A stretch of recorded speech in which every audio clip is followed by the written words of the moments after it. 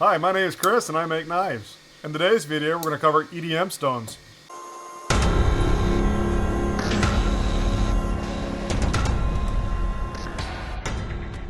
In today's video, we're going to use mold and die polishing stones to remove the machining marks from my knife. This is aluminum oxide in a man-made stone, and you can see I have a few of them here. I have a few types. This one here is a 120. This one I think is a 150. And this one here is a 400. And this is a very nice way to save yourself money to remove the machining marks or the grind lines from your knife. I like using this. It actually saves you some sandpaper. It's actually a very nice way to remove machining marks. I machined my bevels, and I'll reference the video in a link here. So if you look here close, you can see the machining marks where I've machined bevels on my blade. What I'm going to do now is I'm going to take this EDM stone. This is a Boride mold and die polishing stone. I'm going to remove those step overs using this mold and die polishing stone. I'm going to lubricate this using Windex. I've also tried WD-40. I like the Windex better. And so what I'm going to do now is I'm going to get you guys down here so you can see what's going on. I'm going to take my EDM stone and just remove the step overs. This takes a long time. This takes, several hours to do this. But it works a lot faster than trading out your sandpaper.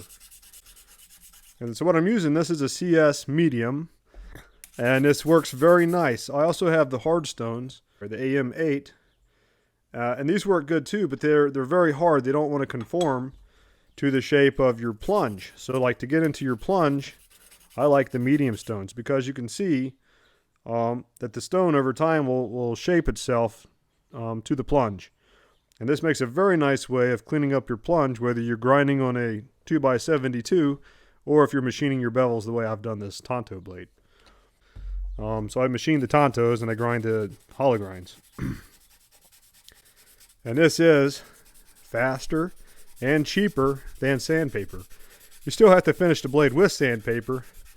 So initially I go across my machining marks, and after this I'll go with the direction,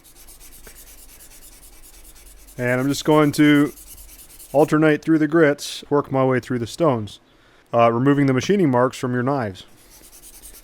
Or if you have them cut out with electric discharge machining, this will help you break the edge. Ideally these are to be used for mostly to make stamps for the stamping machines and mold and dies, but I go ahead and I use them to remove the machining marks on my knife. And they work very well. They actually save me a lot of sandpaper. These stones are relatively cheap. It still takes time. The nice thing about having the Haas is it can be working while I'm working, so we're working in tandem. Yeah, baby, automation. Gets pretty boring. So one of the things I do, if you guys don't know about it, is I listen to Market a Maker. It's a nice podcast, helps pass your time when you're doing tedious drudgery work like this. But it's faster than sandpaper. It's cheaper than sandpaper, but it does take a very significant amount of time. And I don't have a ultrasonic polisher.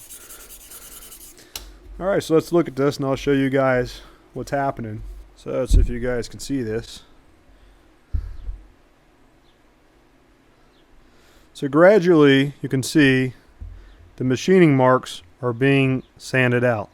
And I'll still have to finish this blade with sandpaper like traditional, but by using this EDM stone I'm able to save myself and a lot of sandpaper, which basically saves money.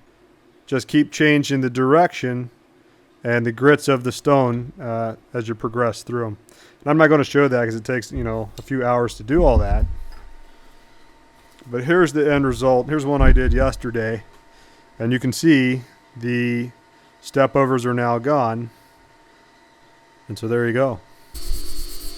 But I hope this helps you guys. Be sure to like the video and give a thumbs up and subscribe if you're into the knife making. My name is Christopher Gillian. I look forward to seeing you in the very next video. I hope this helps save you some sandpaper